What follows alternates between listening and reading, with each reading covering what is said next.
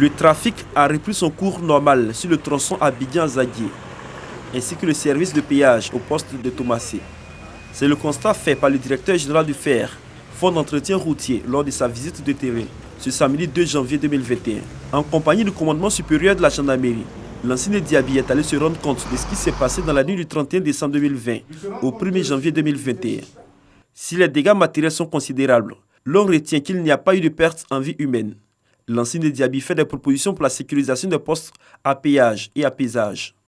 Nous souhaitons faire une nouvelle proposition au ministre qui lui en fera au gouvernement pour que ces sites-là soient classés dans une nature sensible qui permette effectivement d'améliorer le niveau de sécurité. Le commandement supérieur de la gendarmerie a saisi cette occasion pour remonter le moral des troupes en charge de la sécurité du poste à péage de Thomassé. Des équipements dont la sécurité pourrait être renforcée à souhaiter le directeur général du FER. Alors, les dispositifs sécuritaires en place sur les postes de péage étaient pour contrer les petits banditismes et autres. Mais les images vues montrent qu'il faut une autre nature de sécurité et que nous allons monter d'un cran sur tous les sites de péage et de pesage. Parce que, certes, on a parlé de Thomassé, mais le poste de pesage qui est aussi sous notre contrôle a été attaqué.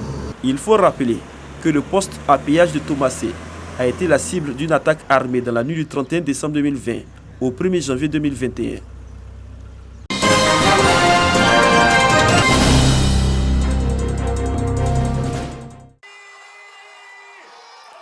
Il est 24 h ce jeudi 21 décembre 2020. Le ciel de la sous-préfecture d'Arikoka s'illumine des feux d'artifice.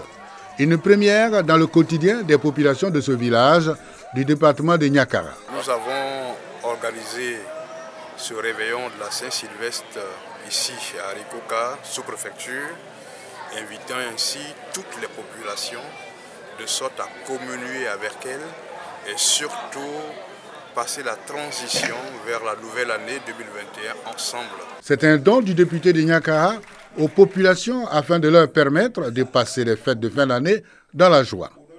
Au cours de ce dîner de réveillon, Séverin Guibessongui a échangé avec les populations sur de nombreux sujets, notamment le développement, le regroupement des femmes et des jeunes en coopérative et le financement des projets. Afin de permettre aux chefs traditionnels de mener à bien leur mission de paix et de cohésion, ils ont reçu également des engins à 2 roues. C'est pour vraiment remercier infiniment vraiment le député Guibessongui pour tout ce qu'il fait pour les chefs. Dans le respect, on voyait ça dans des localités, mais aujourd'hui c'est arrivé à la sous-préfecture d'Arikoka. Ce sont ces chefs de village qui arbitrent et qui tranchent les différents litiges. Et 2021 pour nous doit être une année notamment de paix, une année de solidarité et une année également de cohésion sociale. Cette nuit de réveillon a permis aux populations d'échanger des vœux de l'année naissante.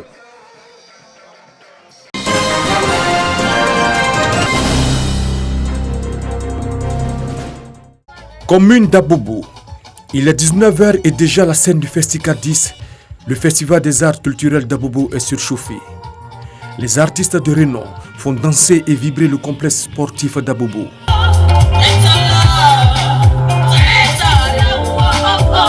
Véritable moment d'attraction qui égaye les populations.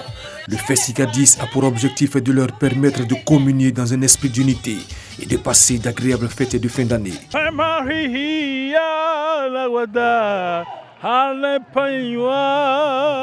C'est un festival qui arrive après des moments difficiles que la population a traversés. On s'en souvient, la pandémie à coronavirus a secoué le monde entier, y compris la Côte d'Ivoire. Donc il était question pour nous de permettre à notre population de terminer l'année en beauté.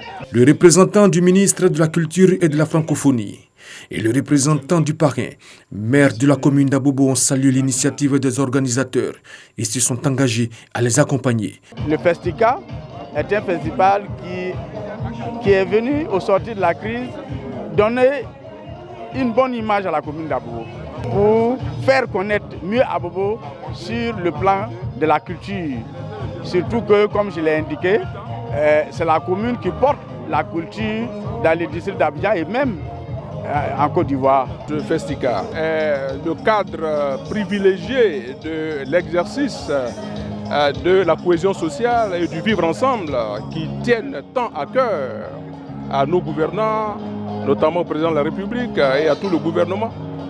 Donc le ministère de la Culture ne pouvait pas être absent. Soutenu par les associations de femmes d'Abobo, le Festica 10 a permis à la direction de IDT d'offrir des kits à la mairie de la commune d'Abobo.